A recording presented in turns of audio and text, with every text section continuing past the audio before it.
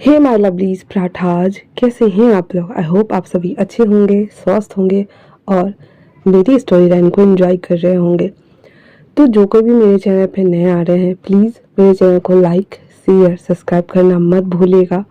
और अगर आप लोगों को मेरी स्टोरी लाइन और उसके प्लॉट्स अच्छे लगते हैं तो प्लीज़ मुझे कमेंट्स करके अप्रिशिएट करना भी मत भूलिएगा। मेरी स्टोरी कभी कभी थोड़ी लंबी, कभी थोड़ी बोरिंग हो सकती है, कभी क्योंकि मैं स्टोरी के कंटेंट के प्रति कोई कॉम्प्रोमाइज़ नहीं करती हूँ। इसीलिए जैसी भी लगे ये एक वन शॉट होने वाली है, तो प्लीज़ मुझे कमेंट्स करके अप्रिशिएट करना और मेरी प्यारी सी फैमिली का हिस्सा बनना मत भूलना आप लोग। एक शख्स अपने हाथों में बहुत बड़ा रेड रोज का गुलदस्ता लिए, उसमें 2-4 वाइट लिलीज भी थे और हाथ में एक कार्ड। उसे लिए हुए कब्रों के बीच से चलता हुआ एक कब्रगाह को ढूंढ रहा होता है। उस शख्स की आंखों में आंसू भरे हुए थे, जीवन में निराशा आ गई हुई थी और वो बहुत बुरी तरीके से बेचैन और हताश था। उसके कदम लड़खड़ा रहे थे और उसकी सांस भारी हो रहे थे। वो बस बेचैन होकर के एक कब्रगाह के सामने आकर के अपने घुटनों पर बैठ जाता है।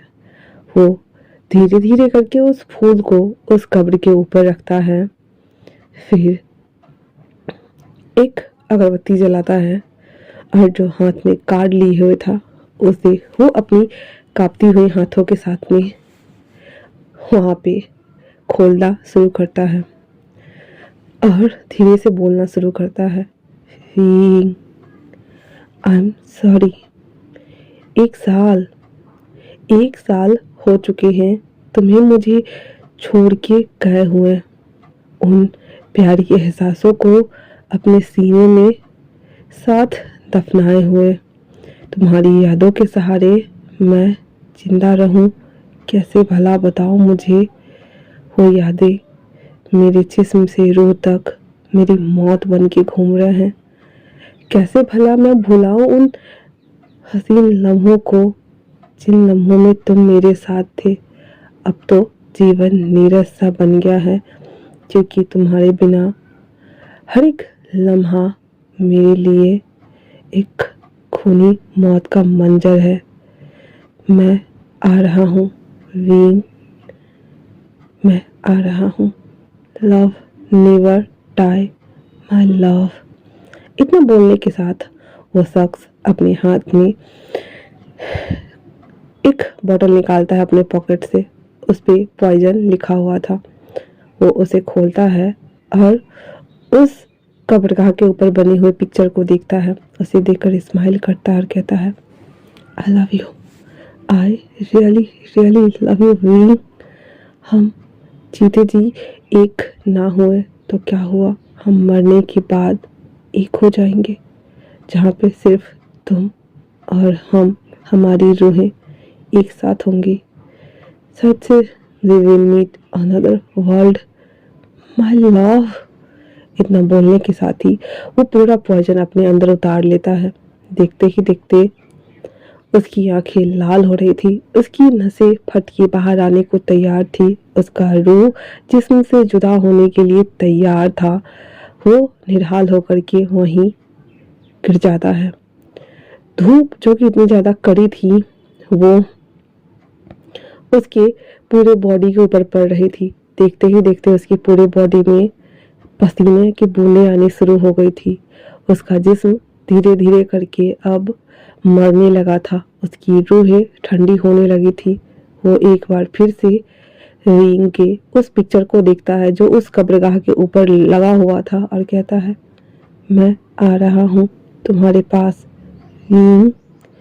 ये तुम्हारा लान वांगजी तुम्हारे पास आ रहा है।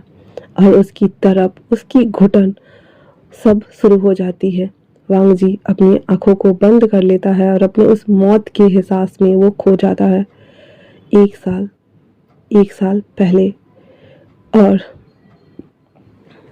एक बहुत बड़ा कॉलेज का दिन, जहाँ पे सभी बच्चे पढ़ने आते थे। आज वांग जी भी उस कॉलेज में एडमिशन लिया हुआ था और वो पढ़ने आया था।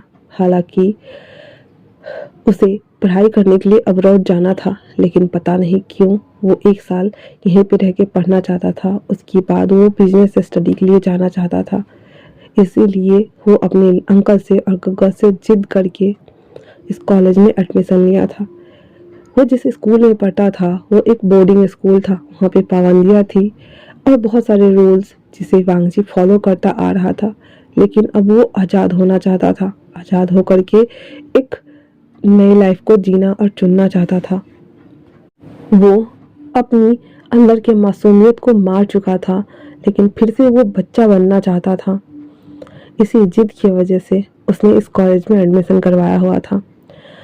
वो अपने सभी थिंग्स को लेकर के अंदर प्रिंसिपल डीन के ऑफिस में जा रहा होता है कलेक्ट करने के लिए। तभी अचानक से उसके सामने कुछ ग्रुप्स मेंबर आ जाते हैं जो उन्हें देखते हुए कहते हैं, हे क्या तुम नए हो? वांग जी कहता है, मैं नया हूँ यहाँ पे, व्हाट्सअप मैटर।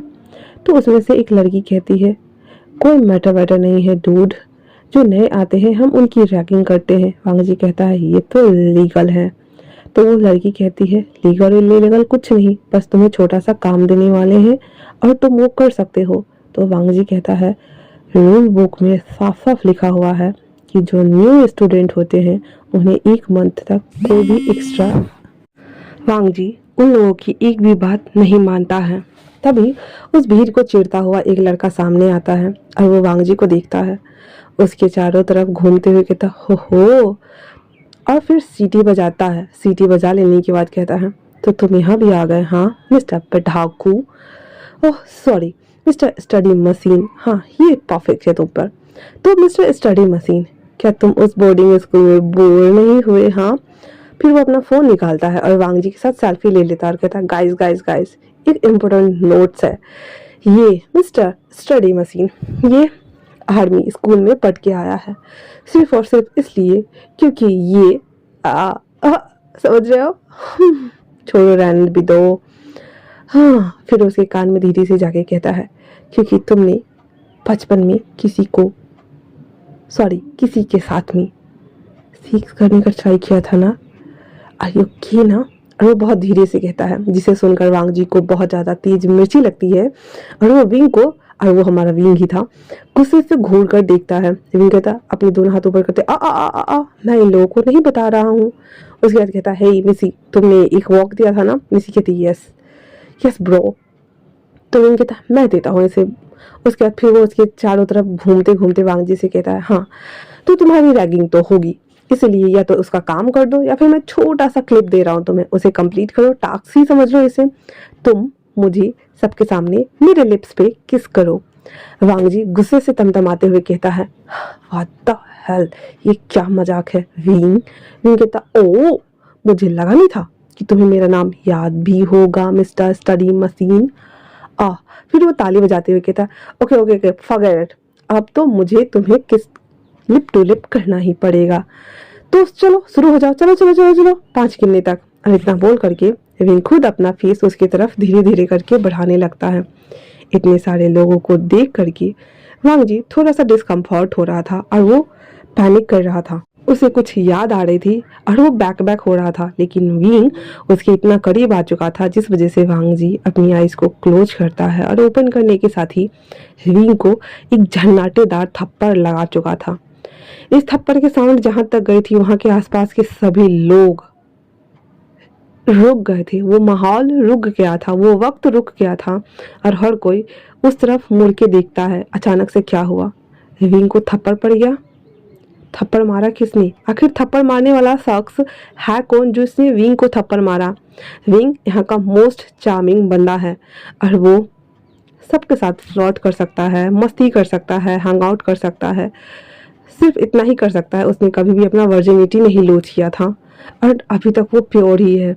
बट वो किसी के साथ कुछ भी कर सकता था और सब रेडी भी हो जाते थे। लेकिन ये शख्स कौन है जिसने आकर के उसे थप्पड़ लगा दिया? विंग का पूरा मुंह टेढ़ा हो चुका था और वो अपने जबड़ों को सही करते हुए कहता है, हाउ इट्स पॉसिबल वांग जी। और वो सीधे आमने सामने उन दोनों को देखते हैं। वांग जी जो कि गुस्से में तिलमिला रहा होता है और अपने दांतें पीस रहा होता है और अपनी सांसों को नॉर्मल कर रहा होता है, वहीं विंग बदले की आग में जल रहा होता है और वो वांग जी को घूर कर देख रहा होता है। विंग कहता है, तुम्हारी हिम्मत कैसे हुई लांजा मेरे साथ ये सब करने की, हाँ? वांग जी इससे पहले कुछ कहता, विंग उसके लिप्स पर टूट पड़ता है और उसके लिप्स को बाइट करता हुआ उसे किस करना शुरू कर देता है। ये देख करके वांग जी पूरा फ्रीजाइल हो गया था और वो समझ नहीं पा रहा था कि आखिरकार ये अचानक से क्या हो गया। और वो जब तक समझ पाता तब तक विंग उसके लिप्स पे बाइट कर चुका था और उसे धक्का दे चुका था और उसे उंगली दिखाते हुए कहता है, ये याद रखना, मैं तुम्हें वार्न कर रहा हूँ वांग जी। इतना बोल करके विंग वहाँ से अपने लिप्स को साफ करता हुआ चला जाता है। वांग जी अपनी हैवी ब्रीथ को अभी भी नॉर्मल करता हुआ वहाँ पे खड़ा था और विंग को जाते हुए देख रहा होता है। विंग जो कि उसे उसके ईगो को हर्ट हुआ था, वो अपने मन में वांग जी को एक बार वापस से घूर कर देखते हुए कहता है, इसका बदला तो मैं तुमसे जरूर लेके रहूँगा। Love for revenge. मैं तो ओनली फॉर तुम्हें छोटा सा टास्क दे रहा था लांजा, लेकिन तुमने ये क्या कर दिया? हाँ, पूरे कॉलेज के सामने तुमने मुझे थप्पड़ मारा, इसका बदला तो मैं तुमसे लेके रहूँगा। इतना बोल करके वो लेक्चर के लिए क्लास अटेंड करने के लिए आ जाता है। गुस्से से तिल मिला रहा होता है। वैसे उसके पास वाटर बोतल लेकर आती है और कहती है, हे प्लीज़ तुम शांत हो जाओ। तभी यहाँ पे जॉ आता है। जॉ आते हुए कहता है, हे क्या हुआ तुम्हें? रिंग कहता है, कुछ भी नहीं, मुझे बहुत तेज गुस्सा आ रहा है। तभी वहाँ पे एडॉप्स आते हुए कहता है, हे रिंग शांत हो जाओ, तुम इस तरह से कैसे कह सकते हो? तो जॉ कहता है, हिटलर तुम चुप रहो वरना तुम्हें ये मार डालेगा। देखने रहे इसे बहुत तेज गुस्सा आया है, ये बातें बता देगा। एडॉप्ट चुपचाप कुछ भी बिना बोले उसके बगल में जाके बैठ जाता है। वांग जी डीन के ऑफिस में आकर के सभी पेपर वर्क को कंप्लीट करता है एंड देन वहाँ से वो पता लेकर के वो भी लेक्चर अटेंड करने के लिए उसी क्लास में आता है। पूरा क्लास लगभग भरा हुआ था। जैसे ही वांग जी एंटर करता है, विंग उसे घूर कर देखता है। अब बाकी स्टूडेंट को तो पता चल ही गया था कि यही वो बंदा है जिसने विंग के ऊपर हाथ दिखाया था, तो सभी उसे ऐसे घूर रहे थे और अपने नज़रों से वांग जी का चीर हरण कर रहे थे, जिससे वांग जी वापस से डिस्कम्फर्ट हो रहा है, उसे पैनिक अटैक्स आ रहे थे। वो ढूंढ ढांड करके एक सीट ढूंढता है और बगल वाले पीछे जाकर के बैठ जाता है, जो कि 2 डेस्क पीछे था विंग से। विंग अपनी जगह से उठता है और वांग जी की जगह पे जाकर बैठ जाता है। वांग जी उठ करके जैसे ही सीट एक्सचेंज करने के लिए जाने वाला होता है, तभी उस रूम में प्रोफेसर आ जाते हैं, जिस वजह से ना चाहते हुए वांग जी को बैठना पड़ता है विंग के बगल में। अब लेक्चरर अपना लेक्चर देना स्टार्ट कर चुका था। विंग एक साइको पागल की तरह आगे तो देख रहा था, लेकिन उसके दिमाग में अभी भी वांग जी को लेकर के नफरत और गुस्सा भरा हुआ था। इसीलिए वो अपने हैंड को वांग जी के हैंड के ऊपर रखता है। वांग जी जो नोट्स कर रहा था, जिस वजह से वो रुक जाता है और वो धीरे से कहता है, ये क्या कर रहे हो विंग, हाथ हटाओ अपना, रिमूव योर हैंड। विंग बिना उसकी बातों पर ध्यान दिए, बिना उसकी तरफ देखे अपने हैंड को हटा लेता है, फिर उसके थाई पर रखता है, जिससे वांग जी अपनी जगह से उछल जाता है। और फिर जब वो देखता है विंग को तो उसके हैंड को हटाता है, लेकिन विंग ने उसके थाइस को बहुत टाइटली ग्रैब कर लिया हुआ था और वांग जी जोर से चिल्ला भी नहीं सकता था, क्योंकि सब लोगों का अटेंशन उस तरफ चला जाता, जिस वजह से वो धीरे से कहता है, विंग अपने हैंड हटाओ और अपने आप को कंट्रोल में रखो। विंग वापस से अपने हैंड को बढ़ाता हुआ उसकी हार्ट डिक तक लेके जाता है और उसे स्क्यूज कर रहा होता है। विंग अब अपनी आंखें बंद कर चुका था और उसके गुस्से का लेवल बढ़ता जा रहा था, इसीलिए वो दोबारा से विंग के हैंड को हटाने के लिए उसके हैंड को पकड़ता है और उसे हटा देता है, झटक देता है। विंग अपने हाथ हटा लेता है और वो आगे की तरफ देखकर एक ईविल स्माइल दे रहा होता है। थोड़ी देर बाद विंग वापस से उसके अपने हैंड को उसके कमर के बैक से होकर के उसके तमी तक लाता है और उसके बैक के साइड से ही उसके ऊपर उंगली को चलाना शुरू कर देता है। कभी उसके टमी को ग्रैब कर रहा था, मतलब ऐसे बोल सकते हैं उसके बॉडी को वो हैरेस कर रहा था, जिस वजह से विंग बहुत ज़्यादा ही इरिटेट हो चुका था और लेक्चर ख़त्म होते उसके गुस्से का पारा बहुत ज़्यादा बढ़ गया था। प्रोफेसर के जाने के बाद कुछ स्टूडेंट वहाँ से चले गए हुए थे। उसके बाद उसके फ्रेंड्स भी आकर के विंग से बोलते हैं, जॉ और एडॉप्स बोलता है, विंग क्या तुम्हें कैंटीन चलना है? वो कहता है, चलो मेरे लिए सीट रिजर्व करके रखना, मैं अभी आता हूँ। उस क्लास में ओनली फॉर वांग जी और विंग थे। विंग अभी भी वांग जी के शर्ट्स को पीछे से ग्रैब करके रखा हुआ था।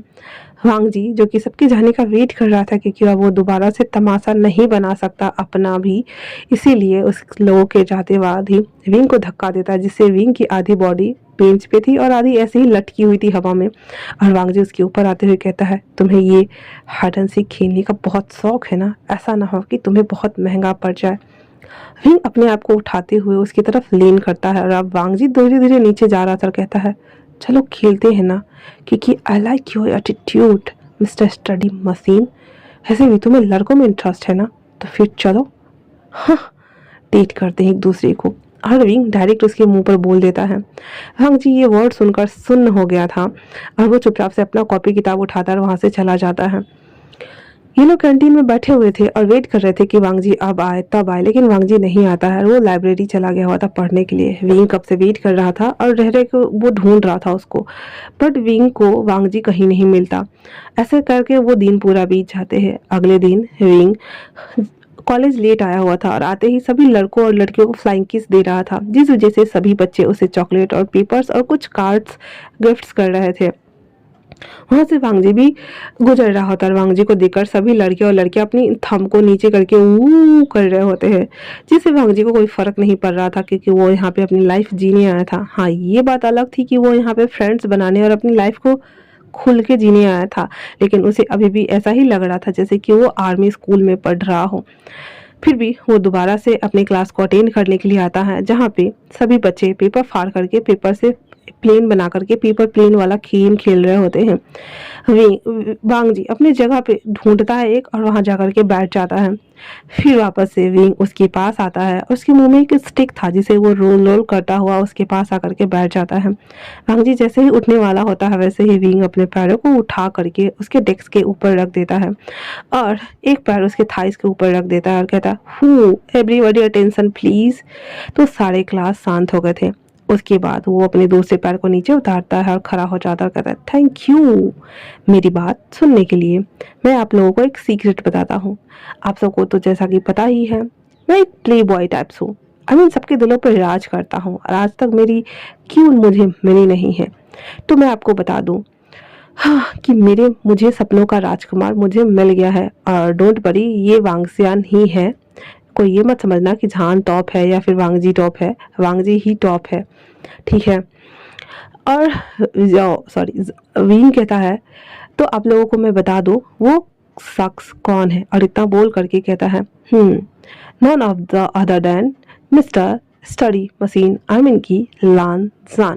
और इतना बोल करके वो क्लैप करना शुरू कर देता है। पहले तो सारा क्लास हो करता है, उसके बाद सभी क्लैपिंग करने लगते हैं। वांग जी गुस्से से तिल मिलाता हुआ खड़ा होकर कहता है, विंग ये क्या बदतमीजी है, हम दोनों कब से एक दूसरे के पार्टनर बन गए। तो विंग कहता है आंख मारते हुए, चिल ब्रो, बचपन से और कब से, हाँ जैसे मुझे पता ही नहीं है कि तुम्हें लड़कों में इंटरेस्ट है, इसी वजह से तो तुम्हारे अंकल ने तुम्हें बोर्डिंग स्कूल में डाला ना।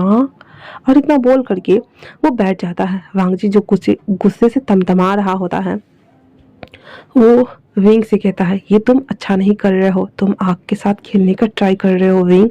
विंग कहता है, मैं भी तो देखूं कौन किसके साथ खेल रहा है। हाँ इतना बोलते हुए वो सामने की तरफ देखने लगता है और उसकी आंखों में वापस से गुस्से की अंगारे भरे हुए थे। और वो कहता है, थप्पड़ का जवाब तो मैं तुम्हें देकर रहूंगा लान वांग जी, अपने प्यार में गिराकर तुम्हें तड़पा कर छोड़ दूंगा मैं। इतना बोल करके विंग आगे देखने लगता है। उसके बाद वो दिन भी इस तरह से बीत जाते हैं। वांग जी बिना कुछ बोले उस दिन भी उसे छोड़ करके और लाइब्रेरी चला गया हुआ था। विंग रोज वांग जी को किसी न किसी तरह से टीच करता था और उसे परेशान करता, उसके करीब जाता, उसको सेड्यूस करता था। वो बस जता रहा था वांग जी को कि वो उसे कितना चाहने लगा है। पहले दिन से ही थप्पड़ खाने के बाद विंग के दिमाग में बदला चल रहा था, लेकिन वो वांग जी को पूरा कन्फर्म करना चाहता था कि मैं तुम्हें बहुत ज़्यादा प्यार करता हूँ। लांजा उसे हर बार सेड्यूस करके छोड़ देता था। ऐसे करके अभी लगभग 8 से 10 दिन बीत चुके थे और विंग को इसमें कुछ भी प्रोग्रेस होता नजर नहीं आ रहा था। वो अपने पूरे ग्रुप्स के साथ बैठा हुआ था और फिर से एक लड़की की रैगिंग कर रहा था, जिसमें मिसी आकर के उसे कहती है, यू तुम मेरा काम करती हो या नहीं। तो वो लड़की कहती है, पर यहाँ कहाँ लिखा हुआ है। तो वो उसे डरा कर जैसे बाल खींचने वाली होती है। विंग कहती है, फॉरगेट इट, इसमें मजा नहीं आ रहा है, चलो भी। और इतना उतर के आती है उस लड़की के पास और लानजान का पिक्चर दिखाते हुए कहती है, ये देख रहे हो, हाँ तो इस पढ़ाकू के पास जाना है और इसे सिड्यूस करके आना है, बस इतना ही करना है तुम्हें, इससे ज़्यादा कुछ भी नहीं करना है। रेन ये जब देखती है तो कहती, क्या कहा तुमने, मुझे इसे पताना है?" तो विंग कहता है, तुम्हें इसे पटाना है, ठीक है ना, चलो मैं भी देखता हूँ। और इतना बोल करके वो टेबल कुर्सी पे आराम से जाकर बैठ जाता है और सभी लोग एक दूसरे को हाई फाई देते हुए दांत फाड़ रहे होते हैं। वांग जी जो कि उसकी तरफ बैक करके बैठा हुआ था और वो अपना कुछ असाइनमेंट कंप्लीट कर रहा होता है आउटसाइड एरिया में बैठ करके। रेडेन उसके पास आती है और उसके बैक पे ऐसे उंगली फिराते हुए कहते, एक्सक्यूज मी, क्या मैं यहाँ बैठ जाऊँ? वांग जी उसे घूर कर देखता है और इन 10 दिनों में तो उसे पता चल गया था कि कौन नया है और कौन पुराना। तो उसे देखने के साथ ही कहता है, क्या तुम यहाँ पे न्यू हो? तो वो रेंडेन जो थी वो कह देती है, हाँ हाँ हाँ मैं यहाँ पे न्यू हूँ और मैं बैठ जाऊँ? तो वांग जी बोलता है, वो बैठ जाती है। फिर रेंडेन जिसके हाथ कांप रहे थे और वो खुद कांप रही थी, वो वांग जी से कुछ कहना चाहती थी, इसलिए कहती वो वांग जी कहता है, क्या तुम्हें कोई टास्क मिला है? रेंडेन उसे शॉकिंग होकर देख रही थी। वांग जी लिख रहा था और कहता है, बैग की तरफ ध्यान मत दो क्योंकि मुझे पता है वो लोग इधर ही देख रहे हैं, इसलिए थोड़ा सा रिलैक्स हो जाओ और फिर मुझे बताओ क्या करना है। तो रेंडेन अपने आप को 3 बार डीप ब्रीथ इनहेल एक्सहेल करने के बाद नॉर्मल करते हुए कहती है, मुझे उन लोगों ने कहा कि मैं तुम्हें सेड्यूस करूं। तो वांग जी कहता है, बस इतना ही? और इतना बोल करके वो कहता है, ठीक है फिर करो। रेंडेन कहती, क्या क्या क्या तुम श्योर हो? तो वांग जी कहता है, मैं श्योर हूँ और मैं चाहता हूँ कि उन लोगों को लगे कि ये रियल है, चलो करो। तो रेनेन कहती है, ओके, पर मुझे अजीब लग रहा है। वांग जी अभी भी लिख रहा होता है, कहता है, मैंने कहा रियल लगना चाहिए। रेनेन वापस से डीप ब्रीथ इनहेल करने के बाद कहती है, ओके डन। फिर वो धीरे से खसकती है वांग जी के पास और वांग जी के हेयर को सेट करना शुरू करती है, उसके बैक पे हाथ फिरा रही होती है। उसके बाद उसके हैंड्स को ले करके उस पर किस करती है और फिर उसके शोल्डर पे अपना सर रख देती है, जिसे देखकर विंग को बिल्कुल भी अच्छा नहीं लग रहा था। वांग जी कहता है, आज के लिए इतना काफ़ी है, तुम थोड़ी देर रहो जब तक कि वो लोग चले ना जाए। रेन कहती है, ओके यस गगा। तो वांग जी कहता है, ठीक है, पर किसी को पता नहीं चलना चाहिए कि तुम मुझे गगा बोल रही हो। तो रेंडन कहती है, ओके थैंक यू गगा। तो वांग जी कहता है, ठीक है, ऐसे ही रहो। उसके बाद वो दोनों थोड़ी देर वैसे ही नाटक करते हैं। विंग जिसको बहुत तेज गुस्सा आया था वो वहाँ से उठता है, मुंह फुलाते हुए वहाँ से चला जाता है। बाथरूम के साइड आने के बाद बाहर की तरफ दीवार पे लात वात मारते हुए कहता है, तुम्हारी हिम्मत कैसे हुई, हाँ कैसे हुई उस लड़की के करीब जाने की? वांग जिया मैं तुम्हें बर्बाद कर दूंगा, तुमने मुझे थप्पड़ मारा था सबके सामने, क्या तुम भूल गया हो तुम्हें मेरे प्यार में पड़ना है ना कि किसी लड़की के प्यार में? और कहता है, वेट अ मिनट, तुम तो गे हो ना, फिर लड़की, उस लड़की को तुम बेवकूफ़ बना रहे हो कि तुम्हें लड़के और लड़कियां दोनों पसंद है, मैं भी देखता हूँ। और इतना बोल करके वो वहाँ पे सिगरेट निकालता है और उसे पीना शुरू करता है। फिर वहाँ से एक लड़का जा रहा था और उसे कहता है, इधर आओ। फिर वो लड़का वहाँ आता है और कहता है, क्या तुम जानते हो लड़के के साथ सेक्स कैसे करते हैं? तो वो लड़का कहता है, नहीं। तो विंग कहता है, मैं करना चाहता हूँ, चलो अपने पैंट उतारो। तो वो लड़का कहता है, ये तुम क्या कर रहे हो? विंग कहता है, चुप रहो, मैं तुम्हें किस नहीं कर रहा हूँ, मैं तुम्हें हैरस भी नहीं कर रहा हूँ, मैं बस तुम्हें बता रहा हूँ, चलो। और इतना बोल करके उसे पीछे की तरफ खींच के ले जाता है और वो जैसे ही अपना पैंट खोलने वाला आता है, विंग कहता है, फॉरगेट इट, जाओ यहाँ से। और उसका ना सर बहुत दर्द हो रहा था, भारी हो रहा था और वो कहता है, लान वांग जी, ये सभी थिंग्स तो मुझे तुम्हारे साथ करने हैं। और इतना बोल करके वो वहाँ से बाहर आता है तो दिखता है कि वांग जी वॉशरूम की तरफ आ रहा है। तो वो वहाँ पे थोड़ा देर टिक के खड़ा हो जाता है और अपने सिगरेट को कंप्लीट कर रहा होता है। वांग जी एक नज़र विंग को देखता है घूर करके और फिर वो अंदर चला जाता है। जब विंग को लगता है कि वो अंदर चला गया है, अब जब 2-3 मिनट हो गए थे तो वो समझ गया होगा कि वो वॉशरूम से बाहर आ गया होगा, तो वो झाँक कर देखता है तो वांग जी अपने हैंड्स को क्लीन कर रहा था। तो विंग उस सिगरेट को फेंक देता है डस्टबिन में और अपने हाथ को झाड़ते वाड़ते अंदर जाता है और जा करके सीधे बैक से वांग जी को हक कर लेता है, जिससे वांग जी वापस से सदमे में चला गया हुआ था। क्योंकि लड़कों के टच की वजह से वांग जी की बॉडी रिएक्ट करती थी बहुत गंदी तरीके से एज अ गी होने के नाते, तो विंग के टच से वांग जी बहुत ज़्यादा छिल जाता था, इसीलिए वो ऐसे आंखें बड़ी किए हुए सामने शीशा में घूर कर देखता है विंग को। विंग उसके बैक पे ना पैट किसेज करना शुरू कर देता है। और उस समय बाथरूम में कोई नहीं था और विंग आने टाइम में ना बाथरूम का डोर लॉक कर दिया हुआ था। और उसके बाद कहता है, लानजान लानजान, हम दोनों बचपन से एक दूसरे के पड़ोसी है। हाँ, और हम दोनों बचपन से एक दूसरे को देखते आए हैं। अभी मुझे नहीं पता कि तुम अभी कहाँ शिफ्ट हो गए हो। क्या तुम अपने अंकल से मिलना नहीं चाहोगे या फिर मैं उन्हें बता दूं? ये सुनकर वांगजी वापस से पैनिक करने लगता है, क्योंकि वो तो गगा से जिद करके किसी तरह से अंकल के सिग्नेचर लेकर के उसके गगा आए थे, जिस वजह से वो यहाँ कॉलेज में एडमिशन कराया था। और वो भी ओनली फॉर विंग के लिए, क्योंकि वो यहाँ आकर के विंग के साथ हुई गलतफहमी को वो दूर करना चाहता था। लेकिन यहाँ तो उल्टा ही सब कुछ हो रहा था। वांगजी कहता है, विंग बिहेव, ये क्या कर रहे हो तुम? हाँ, तुम्हें इसकी कीमत चुकानी पड़ेगी। तो विंग उसके आगे आ जाता है और उसके शर्ट के 2-3 बटन खोल देता है और उसकी चेस्ट पे ऐसे पोक करता है, फिर उसे लीक करते हुए कहता है, हाँ मुझे पता है। और इतना बोल करके वो आइलैंड पे बैठ जाता है, फिर उसके नेक में हाथ डाल देता है और उसे अपनी ओर खींचता है, जिससे वांगजी अपने हैंड से उस आइलैंड को पकड़ लेता है। विंग उसके कान में उसे धीरे धीरे कहता है, मुझे पता है लान वांगजी, तुमने बचपन में क्या किया है। हाँ, क्या तुम भूल गए हो? हाँ, नहीं ना। और उस वजह से वो लड़का मर भी गया था। वांगजी कहता है, this is none of your business. और दूसरी बात, वो मैंने नहीं किया था। विंग कहता है, पर उसने खुद बताया। क्या उसने झूठ बोला? हम सब तो दोस्त थे ना। हाँ, मुझे नहीं लगा था कि तुम ऐसा करोगे। वांगजी बताओ मुझे, क्यों किया? उस बच्चे ने क्या बिगाड़ा था? वो तो कोरिया से बस यहाँ पे पढ़ने आया था ना। हाँ, और तुमने उसका रेप कर डाला। इतना बोल करके विंग ना अपने नोट से वांगजी के नोट को रब कर रहा होता है। वांगजी कहता है, मैंने उसका रेप नहीं किया, बल्कि वो मेरे साथ हैरेस करने की कोशिश कर रहा था और इस चक्कर में वो गिर गया। मैंने नहीं मारा। विंग विंग कहता है, कौन जाने किसने किसको हॉट किया और किसने किसको मारा।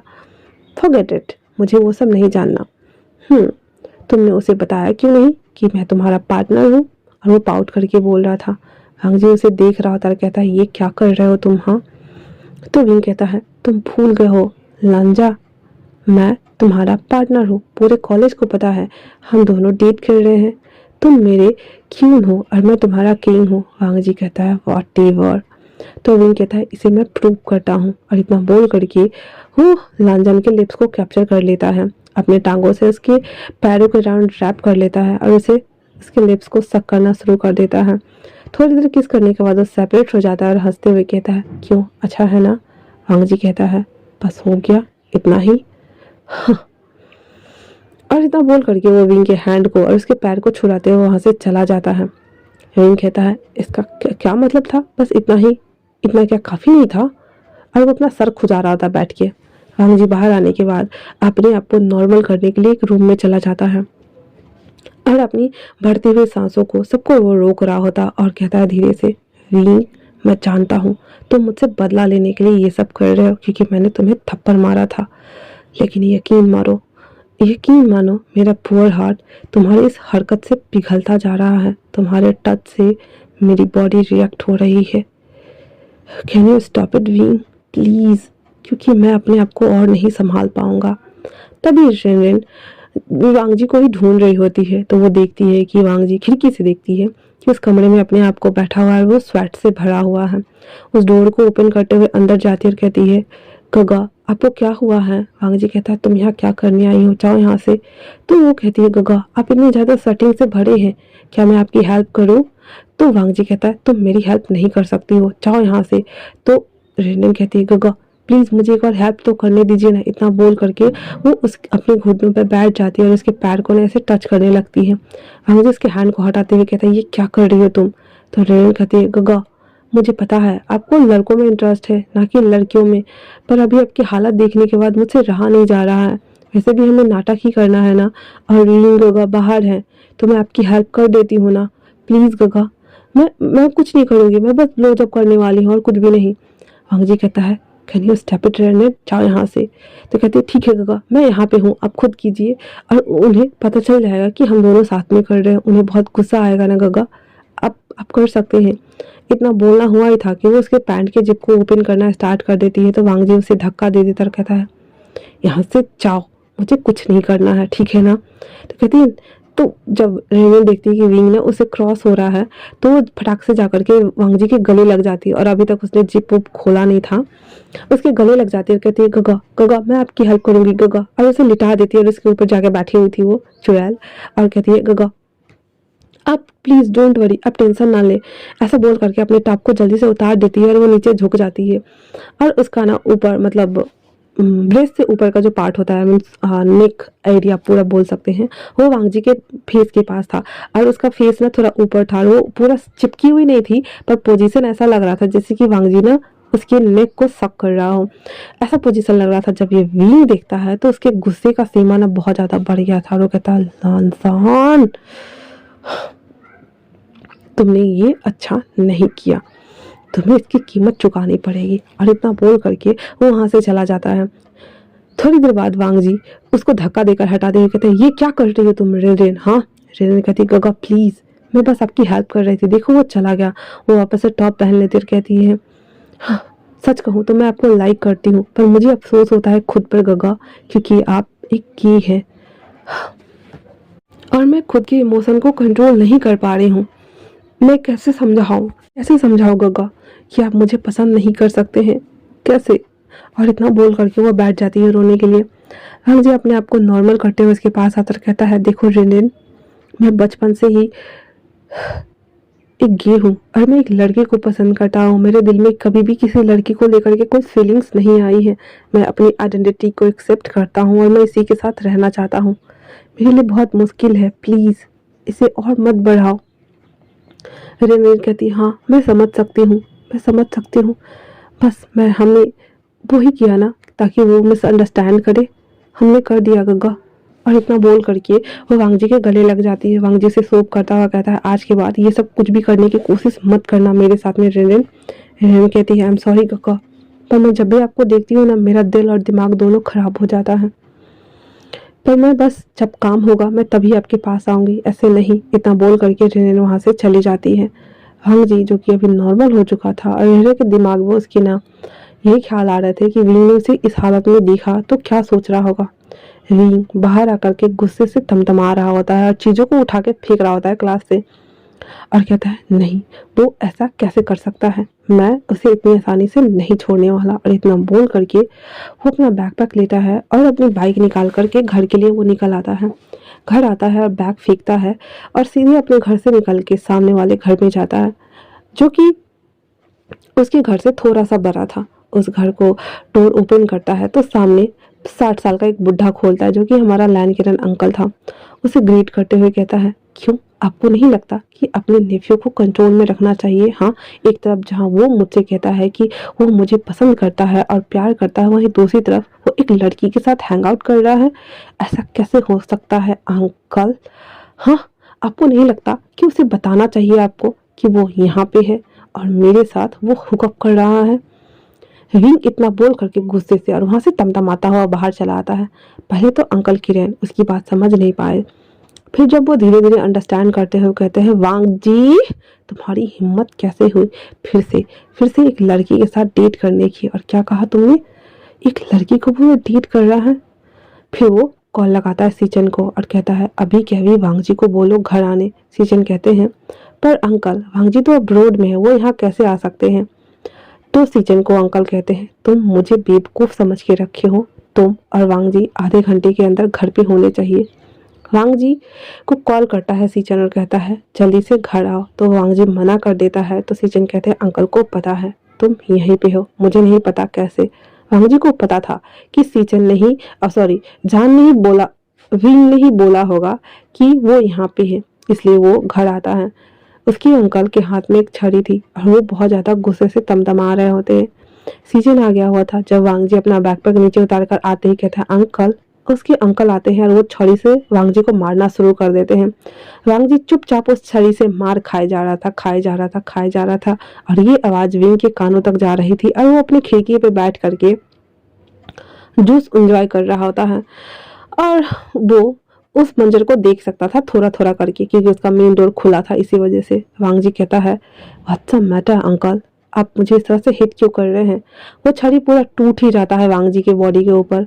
उसके बाद वो अपने सर्वेंट से कहता है दूसरी छड़ी ला, और वो लाकर भी वांग जी को पिटाई लगता है। वो छड़ी भी टूट जाती है। तीसरी ला, तीसरी छड़ी भी टूट जाती है। उसके बाद उसके अंकल का गुस्सा अभी भी ठंडा नहीं हुआ था। वांग जी अपने घुटनों पर बैठ जाता और अंकल से कहता है, आखिर क्या बात है अंकल, आप ऐसा क्यों कर रहे हैं? उसके अंकल कहते हैं, एक बार पहले ही तुम किसी को मौत के घाट कर चुके हो, क्या तुम्हारा दिल नहीं भरा वांग जी? क्यों, आखिरकार क्यों तुम किसी की जिंदगी को तबाह करना चाहते हो? पहले भी तुम्हारी वजह से एक की मौत हो गई है, और तुम्हें लड़के क्यों पसंद है? हाँ, तुम एक साथ लड़के और लड़कियों को क्यों घुमा रहे हो? और तुमने विंग से क्यों कहा कि तुम उसे पसंद करते हो? क्या तुम अब उस बच्चे की जिंदगी भी बर्बाद करना चाहते हो? हाँ। विंग जो कि एक्साइटेड हो गया था बहुत ज्यादा, वो अपने बालकनी से कूद करके आ गया था सुनने के लिए, तो वो खड़ा खड़ा सब कुछ सुन रहा था। वांग जी जब ये सब सुन रहा था चुपचाप एकदम से, उसके बाद अंकल उसके कंटिन्यू करते हुए कहते हैं, मैंने तुम्हें बोर्डिंग स्कूल में डाला ताकि तुम पश्चाताप करो जो तुमने किया। तुम हमारे खानदान के नाम को मिट्टी में मिला दो। तुम्हारा भाई और हम कंपनी बढ़ा रहे हैं, ग्रो कर रहे हैं, ताकि हम अमीर बन सके और एक लग्जरियस लाइफस्टाइल दे सके तुम्हें। और तुम क्या कर रहे हो? हाँ, एक लड़की के पीछे अपना जीवन बर्बाद कर रहे हो।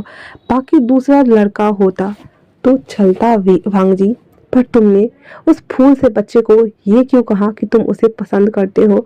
वो हमारा पड़ोसी है। जब उसके माता पिता को पता चलेगा तो क्या वो अपने बेटे एक खूनी दरिंदे के साथ ब्याहेंगे? नहीं। दूसरी बात, मैं तुम्हें उसकी जिंदगी बर्बाद करने दूंगा? बिल्कुल भी नहीं। तुमने कैसे सोच लिया कि तुम उस बच्चे की जिंदगी को बर्बाद करोगे? हाँ, और साथ में उस लड़की के भी।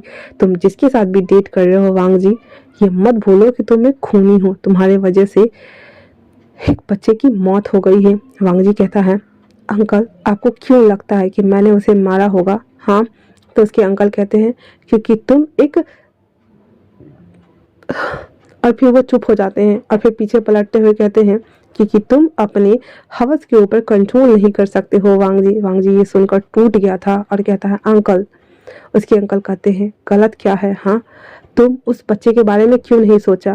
वांग जी कहता है, वांग जी मैंने नहीं कुछ किया था अंकल उसके साथ में, बल्कि उसने मेरा फायदा उठाने की कोशिश की थी, और जब मैंने उसे दूर किया, गलती से मुझसे धक्का लग गया अंकल। मैंने कितनी बार कहा है कि मैंने उसे नहीं मारा है।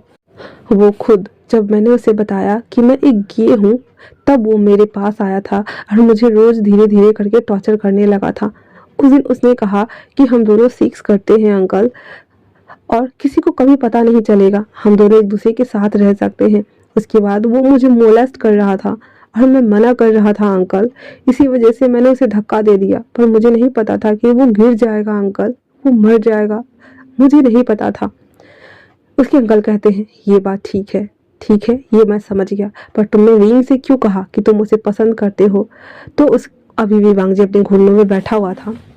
वांग जी कुछ देर चुप रहता है, फिर वो अपना मुंह खोलते हुए कहता है, क्योंकि मैं सच में उसे पसंद करता हूँ अंकल, मैं उससे प्यार करता हूँ, मैं उसके बिना नहीं रह सकता। मैं उससे बचपन से प्यार करता हूँ, तब से जब से हम दोनों बच्चे थे अंकल, तब से जब से वो हमारा पड़ोसी बन के आया था रहने के लिए अंकल, तब से जब से मैंने उसे पहली बार देखा था अंकल, तब से मैं उसे चाहता हूँ। ये सुनकर विंग अपने मुंह को फाड़ते हुए अपने हाथ को उस पर रखते हुए कहता, हाँ क्या क्या सच में? वो मुझे नहीं, वो झूठ बोल रहा है, जैसे मैं नाटक कर रहा हूँ वैसे। हाँ हाँ हाँ हाँ हाँ हाँ, वो बस झूठ बोल रहा है। और विंग ने ऐसे ही खुद को ऐसे उल्टा सीधा बोल के समझा रहा होता है। वही वांग जी आगे कंटिन्यू करते हुए कहता है, और मैंने उसे नहीं कहा कि मैं उसे पसंद करता हूँ अंकल, बल्कि उसने खुद मुझसे कहा है कि वो मुझे पसंद करता है, लाइक करता है। और इतना बोलते बोलते वो चुप हो जाता है। उसके अंकल कहते हैं, एक तरफ तो ये कि उसने कहा, और एक तरफ तुम कह रहे हो कि तुमने नहीं कहा, ये क्या चल रहा है वांग जी? हाँ, और दूसरी तरफ वो लड़की कौन है? तो वांग जी बोलता है, वो बस मेरी दोस्त है और कुछ भी नहीं। उसके अंकल आते हैं और एक थप्पड़ और खींच के लगाते हुए कहते हैं, वांग जी तुम कुछ भी कर लो, मैं उस बच्चे की जिंदगी बर्बाद करने तुम्हें नहीं दूंगा। तुम और वो कभी भी एक नहीं हो सकते हो, समझे तुम? इतना बोल करके उसके अंकल वहाँ से चले जाते हैं। वांग जी अपनी आंखों में आंसू लिए हुए वहाँ बैठा हुआ था और बहुत बुरी कंडीशन में रो रहा होता है। अंकल के जाने के बाद सीचन वहाँ आते हैं और अपने बेबी ब्रो को गले लग जाते हैं। वांग जी जो कि कब से घुटनों पे था वो धड़ाम से जमीन पे बैठ जाता है और वांग जी अपने गगा के गोद में था। वांग जी रोते रोते कहता है, गगा मैं कमजोर नहीं हूँ, मैं डरपोक भी नहीं हूँ, मैं तो बस अंकल की रिस्पेक्ट करता हूँ, पर अंकल को क्यों लगता है कि मैं एक खूनी हूँ? गगा प्लीज मुझे बताइए, क्या एक लड़का होकर एक लड़की को चाहना क्या कोई पाप है, कोई गुनाह है? ये कम्युनिटी, ये सोसाइटी हमें हमें इस तरह से क्यों एक्सेप्ट नहीं करती है? गगा मैं कभी भी किसी लड़की के साथ खुश नहीं रह पाऊंगा। गगा मैंने उसे नहीं मारा, गगा मैंने उसे नहीं मारा, गगा मैंने उसे नहीं मारा। और दूसरी बात, विंग विंग ने खुद ही मुझसे कहा था, वो मुझे प्रेशर बना रहा था किस करने के लिए। गगा जब मैंने मना किया तो उसने वो जबरदस्ती मेरे पास आ रहा था और मैं डर गया था गगा, इसलिए मैंने उसे एक थप्पड़ लगा दिया। और वो मैं आप जानते हैं गगा, वो मुझे रोज हैरेस करता है, मुझे मोलेस्ट करता है, मुझे सिड्यूस करता है और मेरे साथ वो सभी थिंग्स करने को ट्राई करता है, सिर्फ और सिर्फ वो थप्पड़ का बदला लेना चाहता है, सिर्फ और सिर्फ थप्पड़ का बदला लेना चाहता है। मैं जानता हूँ गगा कि वो मुझसे नफरत करता है, बहुत नफरत, बहुत, क्योंकि मैंने पूरे कॉलेज के सामने में उसे थप्पड़ लगाया है।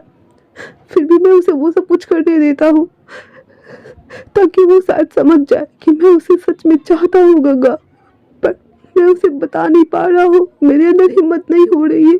और आज अंकल ने मुझे वापस से खूनी बोला। गगा I'm not a murderer, I'm not a murderer, गगा I'm not a murderer। मेरी अंतरात्मा मेरा साथ छोड़ रही है गगा। मैं अब थक गया हूँ, बहुत ज्यादा थक गया हूँ गगा, मैं बहुत बहुत ज्यादा थक गया हूँ। मुझे सोना है गगा, मुझे सोना है, प्लीज मुझे सुला दो गगा, प्लीज प्लीज मुझे सुला दो गगा, प्लीज मुझे सुला दो गगा।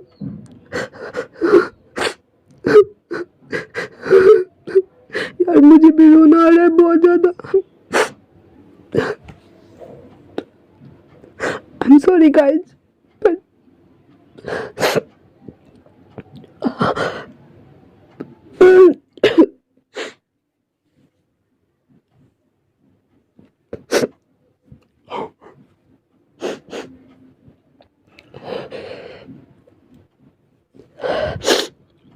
कुछ कुछ सीन होते हैं ना, इतने ज्यादा सेंटी होते हैं कि रियली सॉरी, मेरी आंसू पे ध्यान मत देना आप लोग, ठीक है ना? मैं बस सीन में उतर गई थी और कुछ नहीं।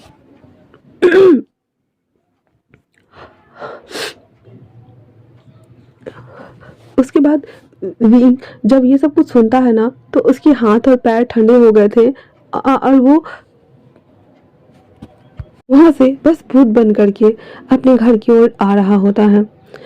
वो अपने कमरे में आकर के बैठ जाता है और उसे कोई होश नहीं था। तभी उसकी मम्मी वहां पे आते हुए कहती है, विंग अब तुमने क्या शरारत की है? हाँ अंकल बहुत ज्यादा गुस्से में घर से गए हैं गार्डन की तरफ, तुमने कुछ कहा क्या उनसे? विंग कहता है मॉम से। मॉम? मैं उन्हें क्यों कुछ कहने लगा भला? हाँ मैं ठीक हूँ मम्मा, क्या आप मेरे लिए चॉकलेट मिल्क शेक लाएंगी? तो उसकी मॉम कहती है ले आती हूँ, ठीक से रहना तुम, ठीक है ना? विंग कहता है जी मम्मा। इतना बोल करके वो विंडो से अभी भी उस कमरे की ओर देख रहा होता है, उसके घर की ओर देख रहा होता है। वहीं दूसरी तरफ जियांगचेंग अपने बेबी ब्रो को ऐसे कैरी करता हुआ उसके कमरे में लाता है और उसे लिटा देता है, उसके सूज को उतारता है, उसके कपड़े को ठीक ठाक करता है और अपने भाई को अपने गोद में ले लेता है और उसके सर पे टैप टैप करते हुए कहता है सो जाओ वांग जी, सो जाओ। वांग जी उसके हैंड को पकड़ा हुआ था और कहता है रोते रोते, गगा प्लीज प्रॉमिस मी कि आप कभी भी विंग को नहीं बताएंगे कि मैं उसे बचपन से चाहता हूँ, प्लीज। और मैं उसी के लिए उस कॉलेज में एडमिशन लिया था गगा, प्लीज ट्रस्ट मी गगा, प्लीज। मुझे बहुत रोना आ रहा है यार, मैं कैसे रिकॉर्ड करूं, मुझे समझ नहीं आ रहा। सीजन कहते हैं वांग जी प्लीज सो जाओ, बाबा मुझे पता है कि मेरा भाई क्या है और कैसा है। कोई कुछ भी बोले, मुझे उसकी बातों पे ना ही यकीन है, ना ही मैं कभी करूँगा। बस 2 साल और वांग जी, तुम पढ़ाई पूरी कर लो, उसके बाद मैं विंग से खुद बात करूँगा और तुम दोनों की शादी करा के तुम्हें अब्रॉड भेज दूँगा, जहाँ पे इन इसके लिए कोई कम्युनिटी और कोई सोसाइटी तुम्हें बैंडेड नहीं करेगी, तुम्हें छूट की नज़रों से नहीं देखेगी, तुम्हें पाप नहीं समझेगी, तुम्हें कोई भी गलत नहीं कहेगा। बाबा, तुम सो जाओ वांग जी।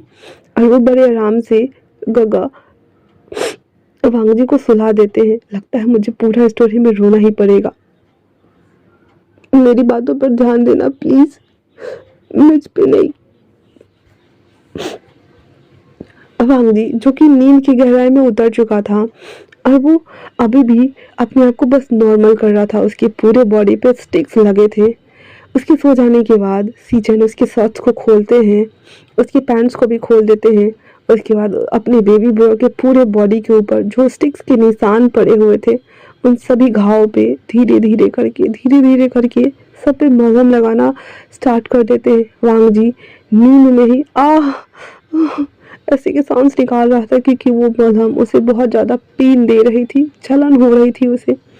जब दवाई अप्लाई कर चुका था वो उसे अच्छे से कंबल से टक करके फैन ऑन करके उसे सोता हुआ छोड़ करके उस कमरे से वो बाहर आता है। वो एक बार विंग के घर की ओर देखता है और फिर वो अपनी कार में बैठने ही वाला होता है कि उसे कुछ सूझता है, इसीलिए वो विंग के घर में आता है। उस समय उसकी मम्मा किचन में उसके लिए चॉकलेट मिल्क शेक प्रिपेयर करके ले जा रही होती है। तो वो डोर आकर के खोलती है जहाँ पे सीजन खड़े थे।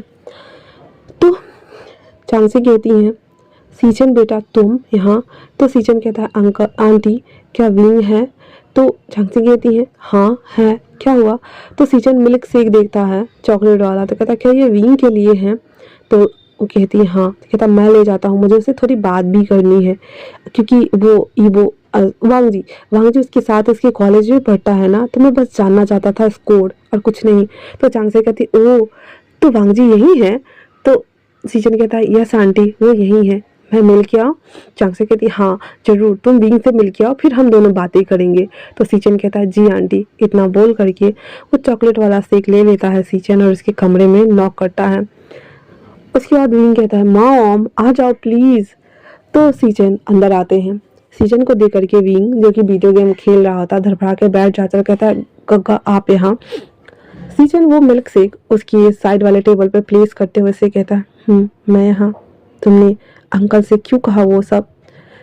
तो विंग कहता है क्या मैंने क्या किया?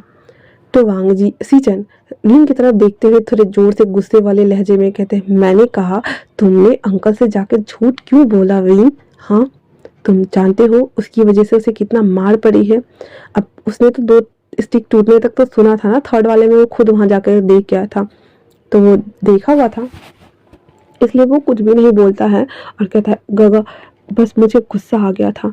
सीजन कहते हैं किस बात का गुस्सा? हाँ तो विंग कहता है वो और वो अटक रहा था। सीजन कहते हैं मुझे नहीं पता कि तुम उससे किस बात से लेकर नाराज हो, लेकिन मेरा भाई अकेले ही सब दुख को झेलता आया है, हर चीज वो करता आया है, सब कुछ सहता आया है और आज तुम्हारी वजह से उसकी जिंदगी एक बार फिर से जहन्नुम बन गई है। अंकल उसे अब कभी नहीं छोड़ेंगे, रोज ही ताना मारेंगे। क्या चाहते हो तुम कि वो मर जाए? और जैसे बोलता है तो सीजन ना बोल के विंग की तरफ देखता है, तो विंग ना उसके मुंह पे हाथ रखते हुए कहता है गगा ये आप क्या बोल रहे हैं? हाँ तो सीजन उसे कहता है विंग मैं बस तुमसे एक सवाल पूछता हूँ, क्या तुम वांग जी को पसंद करते हो? ये उसकी मॉम जब सुनती है ना, क्योंकि वो भी आ रही थी क्यूरियोसिटी किल द कैट, जानना चाहती थी कि आखिर सीजन विंग से क्या बातें करना चाहता है। तो जब वो आ रही थी ना तो उसके हाथ में ना पानी का ग्लास था जो वो सीजन के लिए लेकर आ रही थी और जूस भी। वो ट्रे नीचे गिर जाता है, वो देखकर दोनों का ध्यान उस तरफ जाता है और उसकी मॉम पैनिक हो रही थी। सीजन और विंग दोनों पकड़ के अंदर लाते हैं और उसकी मॉम पैनिक होते हुए कहती है विंग तुम सच में वांग जी को लाइक करते हो? हाँ बोलो। और अभी क्या बोल रहे हैं सीजन कि तुम्हारी वजह से उसे मार पड़ी है? तुमने क्या किया है बाबा? विंग कहता माँ मैंने कुछ नहीं किया है, मैं बस। तो कांग से कहती है विंग झूठ बोलना मना है, तुम्हें पता है ना, सच बोलो। तो विंग बता देता है कि कैसे उसको काम लिया था, फिर थप्पड़ लग गया था, जो कुछ भी हुआ था वो थोड़ा बहुत इधर उधर करके वो बता देता है दोनों को। सीजन भी चिल्लाते हुए कहते हैं, विंग ये तुमने क्या किया? हाँ, तुम्हें पता है मेरा भाई तुम्हें बचपन से पसंद करता आ रहा है, तुम जानते हो? विंग कहता है, नहीं ये सच नहीं है, आप जो कह रहे हो वो सच नहीं है गगा।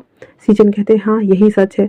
जब से वो कोरिया लड़का मिनहू आया हुआ था तो वो तुम दोनों के बीच में आ रहा था, इसीलिए क्योंकि तुम्हारा सारा ध्यान उसकी तरफ रहता था और तुम उसके साथ खेलते थे, जिसे वांग जी हमेशा हर्ट हो जाता था और वो अकेले घर में आकर रोया करता था और मुझसे कहा करता था कि मेरा एक ही दोस्त है गगा, विंग, जिसे मैं चाहता हूँ, पर वो मुझसे भी दूर हो रहा है। मैं मिनहू से नफरत करता हूँ।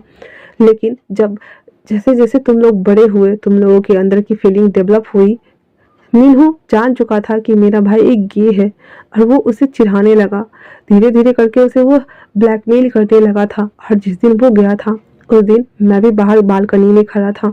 अंदर क्या हुआ मुझे नहीं पता, लेकिन हाँ उन दोनों के बीच में झगड़ा हो रही थी और वांगजी उसके गिरफ्त से छूटने ही की कोशिश कर रहा था। इस चक्कर में उसने उसे धक्का दे दिया और वो बालकनी से सीधे गमले के ऊपर गिरा और वो मर गया। विंग, मेरे भाई ने उसे नहीं मारा है, सब लोग उसे खूनी समझते हैं, जबकि मैं खुद था उस दिन और मैं दौड़ के उसे हॉस्पिटल लेके गया था, लेकिन जाते जाते ही रास्ते में वो दम तोड़ चुका था। मेरे भाई ने उस लड़के को नहीं मारा। विंग, तुमने क्यों कहा ये अंकल से जाकर के?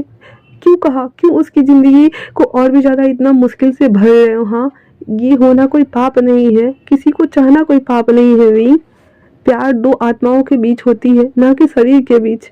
आत्माएं साथ रहती हैं जन्म जन्मांतर के लिए, बॉडी तो मर जाती है। नवीन, तुम इतने बेवकूफ कैसे हो सकते हैं? वो तुम्हें बचपन से एडमायर करता आ रहा है और तुमने मेरे बेबी ब्रो का दिल तोड़ दिया। अवीन, और सीजन ऐसे बोल कर रोते रोते वहां से चले गए थे।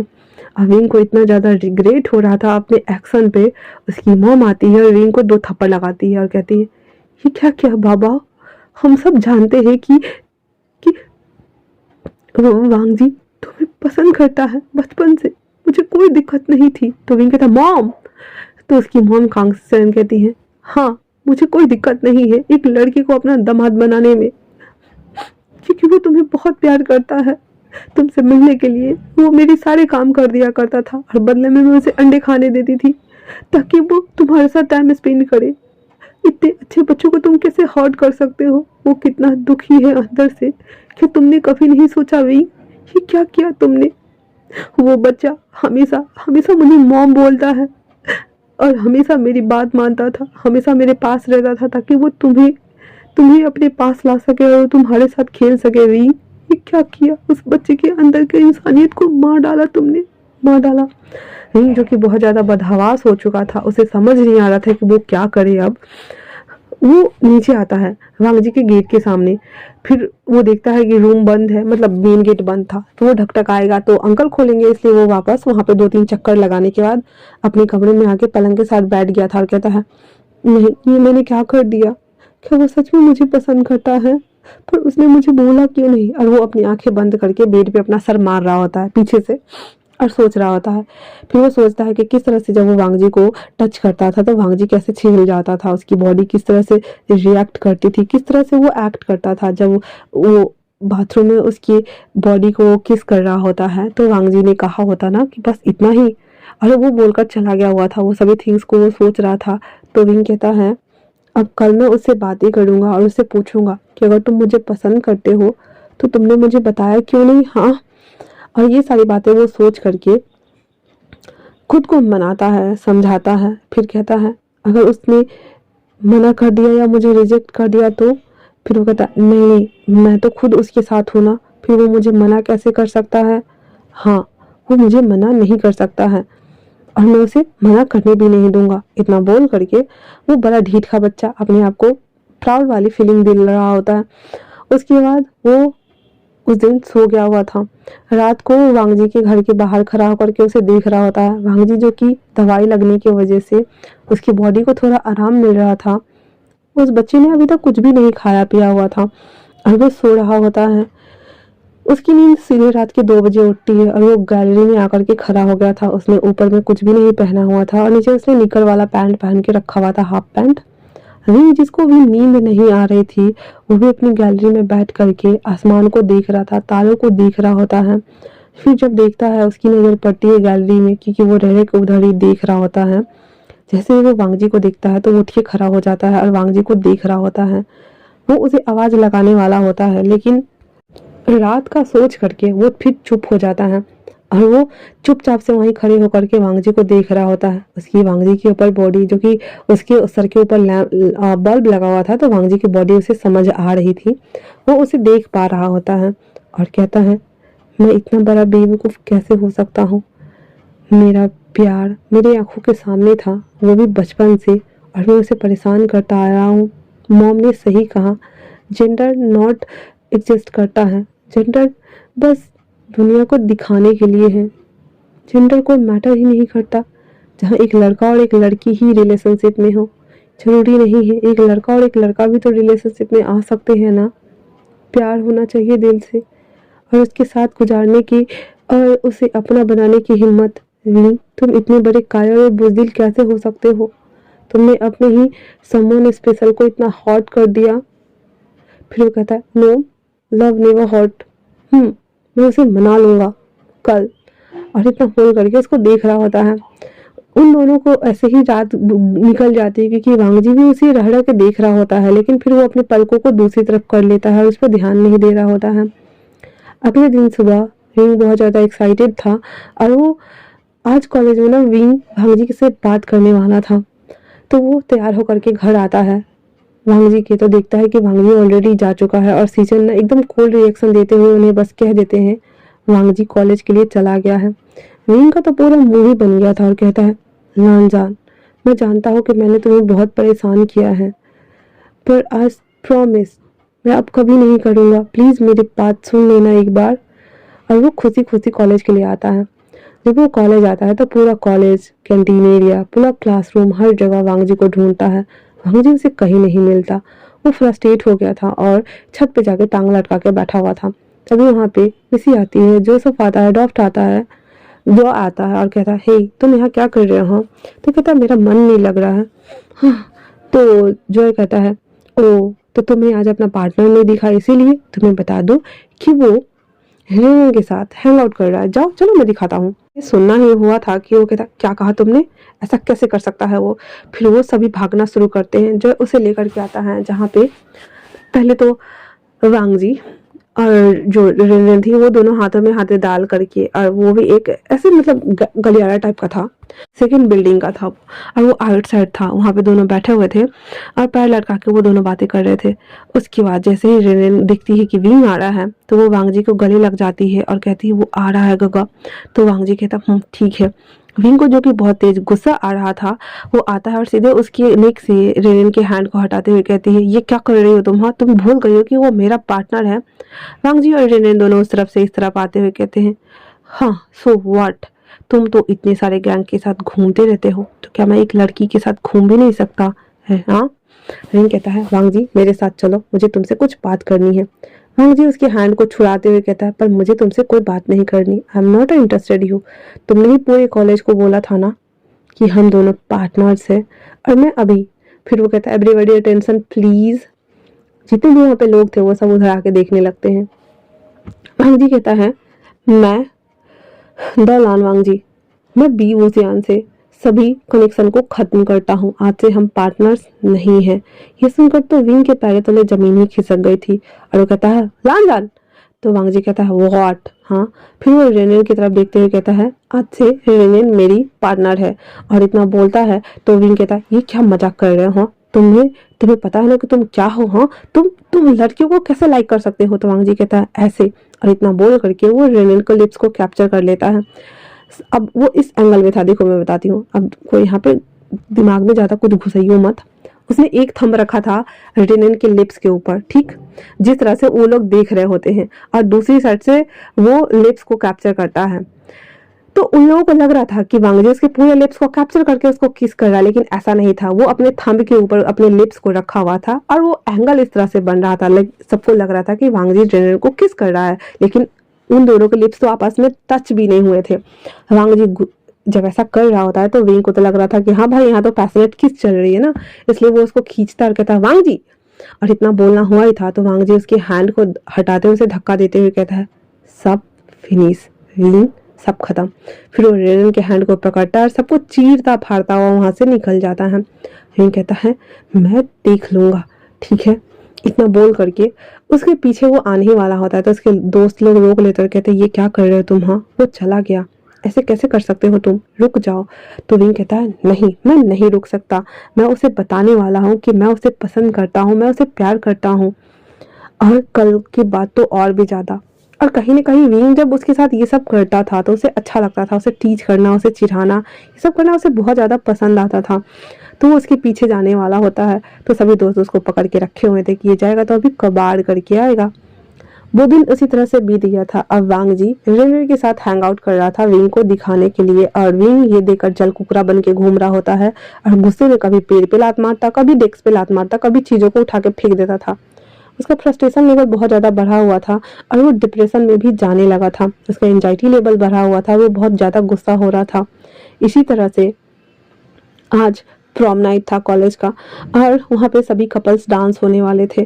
रिंग सोच रहा था कि आज आखिरी चांस है ताकि वो उसे मना ले और उसके साथ वो डांस करे। और वांग जी जो कि एज यूजुअल रेनन को अपना पार्टनर बना करके लाया हुआ था, सभी लोग डांस परफॉर्म कर रहे थे और वांग जी भी रेनन के साथ डांस परफॉर्म करता है। आधे डांस के बीच में ही विंग उन दोनों को सेपरेट करते हुए विंग खुद वांग जी के साथ डांस करना स्टार्ट कर देता है और कहता है तुम्हें क्या लग रहा है, हाँ तुम मुझे इस तरह से परेशान करोगे और मैं हो जाऊंगा वांग जी। मैं तुम्हें बताना चाहता हूँ कि मैं तुम्हें पसंद करने लगा हूँ। गाना बज रहा था, वो दोनों डांस कर रहा था, बीच बीच में विंग उसको बोल भी रहा था और कहता है मुझे पता है तुम रेडेन को लाइक नहीं करते हो वांग जी, क्योंकि तुम तो एक गे हो ना, हाँ। और ऊपर से मुझे पता चल गया है कि तुम बचपन से मुझे पसंद करते हो, पर फिर भी तुम मुझे नहीं बता रहे ना। आज के बाद तुम मुझे कभी नहीं देखोगे लांजान। और इतना बोल करके विंग की आंखों में जो आंसू कब से वो होल्ड करके रखा हुआ था वो बह जाते हैं और उसके बाद वो दोनों वो करते हैं और सभी लोग तालियों से स्वागत करते हैं। उसके बाद विंग वांग जी के हैंड को छुड़ा करके जाता है। जब विंग जा रहा होता है तो वांग जी का कलेजा ना छलनी छलनी हो रहा था, ऐसा लग रहा था जैसे कि उसका कलेजा कट के बाहर ही गिर जाएगा। और वो कहता है विंग, पर तब तक विंग सभी भीड़ों को चीरता हुआ वो बाहर जा चुका था रोड पे और अपने आंसुओं को वो वाइप करता हुआ निकल चुका था उस कॉलेज से बाहर। वांग जी जो कि सभी लोग रुक गए थे और सब उसको बुके दे रहे थे, फ्लावर्स दे रहे थे और वो उन सब से बचकर भागना चाहता था। वो जैसे तैसे करके जल्दी जल्दी सभी फ्लावर्स को, सभी बुकों को वो कलेक्ट करता हुआ भागता है। वो सीढ़ियों से होकर के, गैलरियों से होकर के, अपार्टमेंट से होकर के बाहर आता है तो देखता है कि विंग कॉलेज से बाहर जा रहा है और वो अपने आंसुओं को साफ कर रहा था, क्योंकि कभी वो लेफ्ट कभी राइट कर रहा था तो समझ में आ जाता है ना। तो वांग जी आवाज लगाते हुए कहता है विंग रुको, पर विंग बेतहासा होकर चलते जा रहा था। वो कॉलेज से बाहर आने के बाद जो कि बहुत सारी गाड़ियां लगी हुई थी और सभी लोग आ रहे थे, जा रहे थे, मेन रोड पे आ गया था। वांग जी उसके पीछे भागते हुए आता है और उसे पकड़ने का ट्राई करता है, लेकिन विंग तब तक बीच रोड पे क्रॉस करने के लिए वो रोड क्रॉस करने लगा था। वांग जी चिल्लाते हुए कहता है wing I love you, I love you, I love you, I love you. जब ये बात विंग के कानों में जाती है तो वो रुक जाता है और वो अभी बीच सड़क पे था और वो आगे देखता है, मुड़ के वांग जी को देखता है और कहता है Lanza I love you too, I really love you too, love lots heart Lanza. But अब बहुत देर हो गई है, बहुत ज्यादा देर हो गई है लांजान। उसके बाद विंग अपनी हाथों को ढीला करता है, बॉडी को ढीला करता है और अपनी आंखों को बंद कर लेता है। उधर से एक तेज रफ्तार ट्रक आ रही थी और वो सीधे विंग को उड़ा देती है। विंग मीलों दूर जाकर गिरता है। वांग जी के हाथ में जो फ्लावर्स था वो वहीं पे गिर जाता है और वांग जी चिल्लाते हुए कहता है विंग, और वो वहीं पे धराम से बैठा हुआ था। वहां पे जितने भी लोग थे वो सब दौड़ते हैं उस डेड बॉडी के पास। वांग जी बुत बना हुआ वहां बैठा था और अपने सामने हो रहे सभी मंजर को वो देख रहा था। जब सब लोग वहां पहुंचते हैं तो देखते हैं विंग ऑन द स्पॉट मर चुका है और वो अपनी जान दे चुका था। वांग जी जिसको होश नहीं था, वांग जी को कुछ समझ नहीं आया कि अचानक से ये क्या हो गया। अचानक से उसके सामने देखते देखते उसका प्यार खत्म हो गया। वो मर कैसे सकता है। वांग जी सदमा में चला गया था और वो बेहोश हो जाता है। 3 दिन बाद हॉस्पिटल के बेड पे पड़ा हुआ वांग जी अपने हाथ से ड्रिप्स को निकालकर मशीन के सभी पार्ट पुर्जों को निकालकर फेंकता है, क्योंकि 3 दिन बाद वांग जी को होश आया था।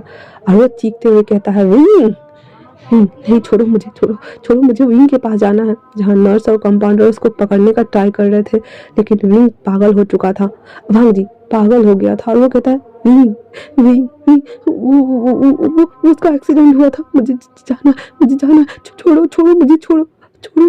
और वो लोग उसको पकड़ के सुई लगाने वाले थे। वांग जी उन सबको धक्का देता हुआ उस वार्ड से बाहर आता है, दौड़ना शुरू करता है। वो दौड़ते भागते गिरते पड़ते टैक्सी लेता है और अपने घर के सामने आता है, जहाँ पे बहुत सारे लोगों का लगा हुआ था। और वो जब अंदर आता है तो देखता है कि एक एक करके सब लोग उसके घर के अंदर, आई मीन विंग के घर के अंदर जा रहे थे, आ रहे थे। वो अपने ठंडे कदमों को अंदर ले जाता है और सामने का मंजर देखकर धड़ाम से वो बैठ जाता है और कहता है, विंग नहीं नहीं नहीं नहीं, क्योंकि विंग का वहाँ पे पिक्चर लगा हुआ था, अगरबत्ती जली हुई थी और सभी लोग आ रहे थे, उसके ऊपर फूल रख रहे थे और सभी उसको देख के जा रहे थे। आई मीन कि विंग मर चुका था और उसे दफना दिया गया था। विंग चला गया था इस दुनिया से। वांग जी को छोड़कर, सबको छोड़कर उसकी मॉम एक कोने में बैठी काले लिबास में लिपटी अपने आप को हक करके रो रही थी। उसके बगल में उसके डैड थे, वहीं पे अंकल भी बैठे हुए थे। वांग जी जब ये सब कुछ देखता है तो वो भागता हुआ अपने अंकल के पास जाता है और उनके कॉलर को पकड़ता हुआ कहता है, ये सब आपकी वजह से हुआ, ये सब आपकी वजह से हुआ। आप है इस मौत के गुनहगार, आप है, आपने ये किया। आपने कभी भी मेरी खुशी को मेरे साथ नहीं रहने दिया, कभी भी मुझे नहीं अपनाया, हमेशा मुझे अलग नजरों से देखा। आज देखिए विंग इस दुनिया में नहीं रहा। अगर उस दिन आप मुझे नहीं मारते और विंग अपना लव कन्फेस नहीं करता, वो मेरे पीछे नहीं आता, तो वो जिंदा होता। आपने उन्हें मार डाला अंकल। हमेशा बोलते हैं ना कि मैं खूनी हूँ, पर आज आप खूनी बन गए अंकल। आपने उस मासूम से बच्चे को मार डाला, आपने मेरे अंदर को इंसान को मार डाला अंकल। आपने मुझे मार डाला अंकल, आपने मुझे मार डाला। और वो वांग जी ने ऐसे पैनिक होकर के बहुत बोल रहा था, बहुत ज़्यादा बोल रहा था।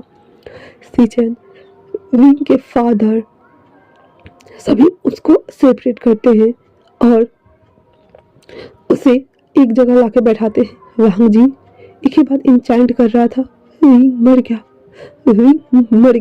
वो मेरा होने से पहले ही मर गया, वो मेरा नहीं हुआ, वो मुझे छोड़ के कैसे जा सकता है, वो मुझे छोड़ के कैसे जा सकता है, वो मुझे छोड़ के कैसे जा सकता है। और ये सोचते सोचते ही वो वहाँ पे बेहोश हो गया था। वांग जी को वापस से घर ला करके उसे डॉक्टर की निगरानी में रखा गया था। डॉक्टर के जाने के बाद वांग जी एक बेजान मूर्ति हो गया था। उसे रह रह के दौड़े आते थे, पैनिक अटैक आते थे और वो बस एक ही बात कहता था, वी, और वो चिढ़ा करके उठ जाता था। रात की नींद उड़ गई थी, दिन का चैन लुट गया था और वो पागल हो गया था। वो पिल्लो को हग करके उससे बातें करता और कहता, वी, तुम यही हो ना, देखो ना, मैंने वो मेरी वजह से तुम मुझे छोड़ के क्यों चले गए वी, मैं तुम्हारे पास आना चाहता हूँ वी, मुझे तुम्हारे बिना नहीं रहना, तुमसे बेइंतहा मोहब्बत करता हूँ वी, मुझे अपना बना लो। मैं तड़प रहा हूँ तुम्हारी बाहों में आने के लिए, तुम्हें किस करने के लिए, वो तुम्हारे मेरे साथ हैरेस करना, वो सब मैं मिस कर रहा हूँ वी, प्लीज मेरे पास आओ। वांग जी दिन रात अकेले में ही विंग विंग विंग विंग विंग विंग करता रहता था और बस विंग करता रहता था। देखते देखते 6 महीना से ऊपर हो गया था और उसकी तबीयत सुधरने की जगह पे और बिगड़ रही थी। वो पागल हो रहा था। आज पूरे 1 साल हो गए थे और वांग जी अपने आप को रेडी करता है अच्छे से। पूरा काला कपड़ा पहना हुआ था उसने, परफेक्टली तैयार होता है वो अपने पॉकेट में एक पॉइजन की बोतल डालता है, नीचे आता और कहता है गगा, जो कि बहुत ठंडा आवाज था उसका, और कहता है गगा मैं रिंग से मिलने जाना चाहता हूँ, क्या मैं जा सकता हूँ? पहले तो उसके गगा कहते हैं वांग जी तुम्हारी तबीयत सही नहीं है, तुम्हें पैनिक अटैक दोबारा से आ सकते हैं। वांग जी कहता है गगा मैं दवाई खा के जा रहा हूँ, मुझे कुछ नहीं होगा, प्रॉमिस गगा, मैं सेफ रहूँगा। उसके अंकल जो कि गिल्ट में जा चुके थे क्योंकि एक तो विंग मर चुका था और वांग जी जीता जागता लाश बन चुका था, ओनली फॉर वो जिंदा रहने के लिए खाना खा रहा था और शायद से वो आज उसका आखिरी दिन होने वाला था। उसके भाई उसे गले लगते हुए कहते हैं सी चैन। वांग जी कहता है गगा आप अपना ख्याल रखेंगे ना, बताइए मुझे, आप हमेशा खुश रहेंगे ना गगा? सीजन कहते हैं वांग जी ये क्या बोल रहे हो तुम?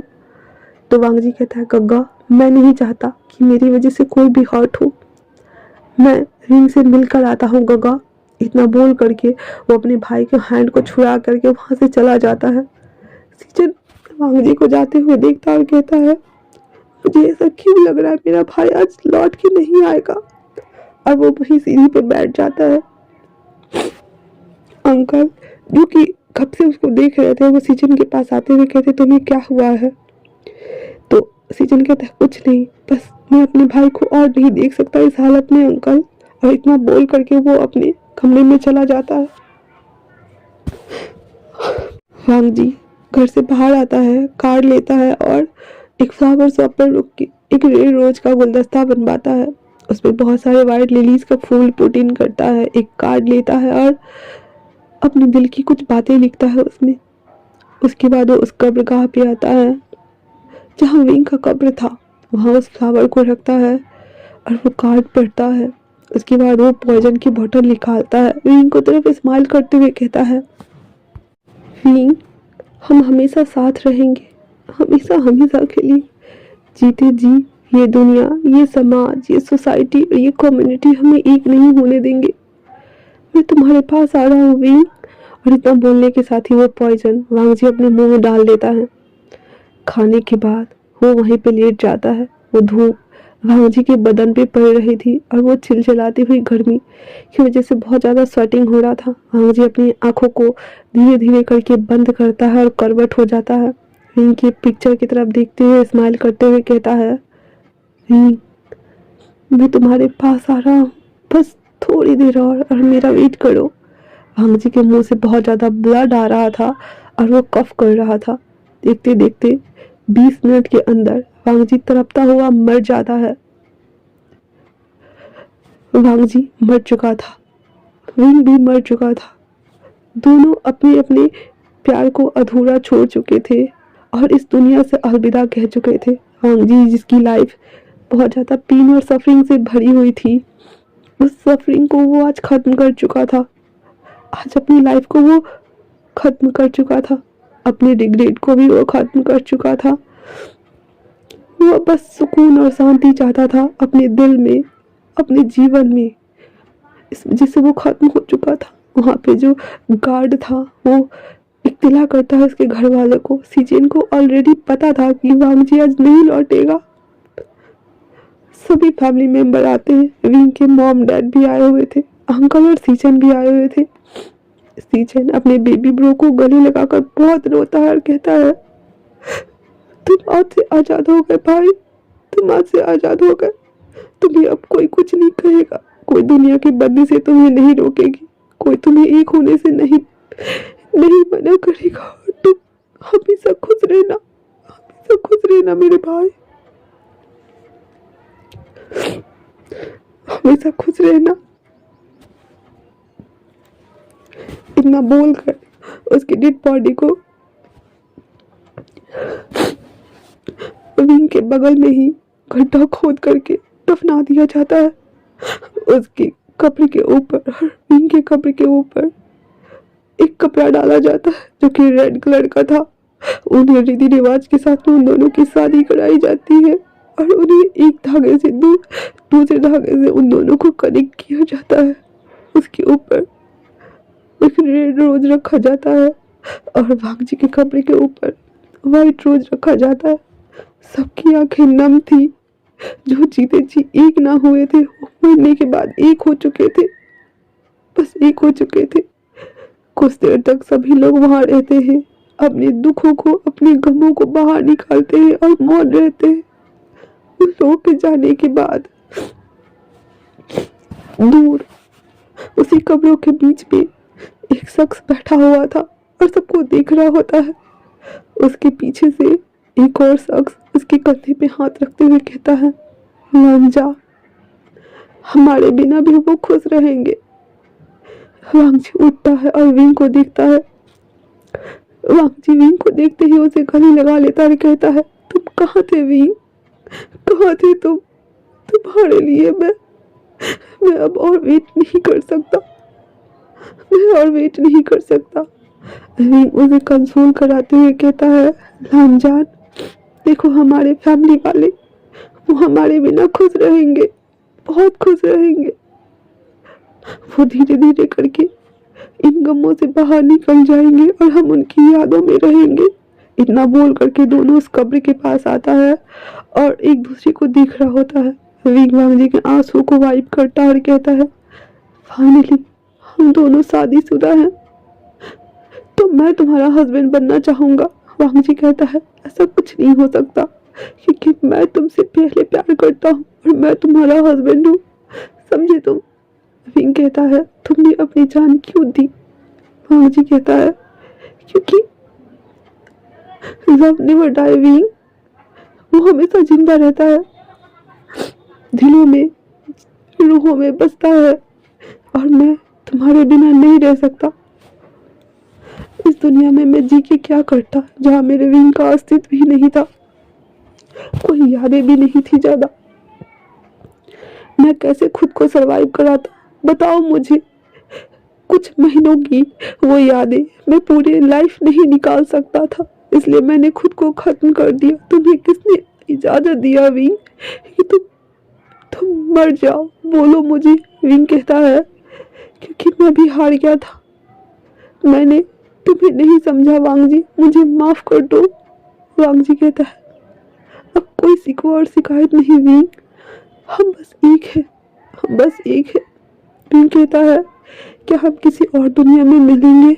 वांगजी कहता है, हाँ, हम फिर से जन्म लेंगे और फिर से एक होंगे।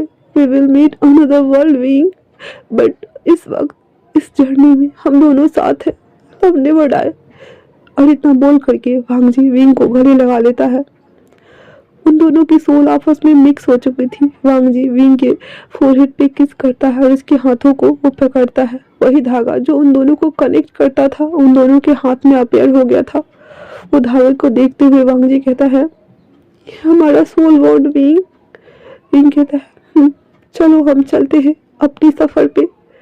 उसके बाद विंग और वांगजी एक बार उन दोनों कब्रगाहों को देखते हैं, जहाँ एक पे लिखा हुआ था वीवू सियान और दूसरे पे लान वांगजी लिखा हुआ था।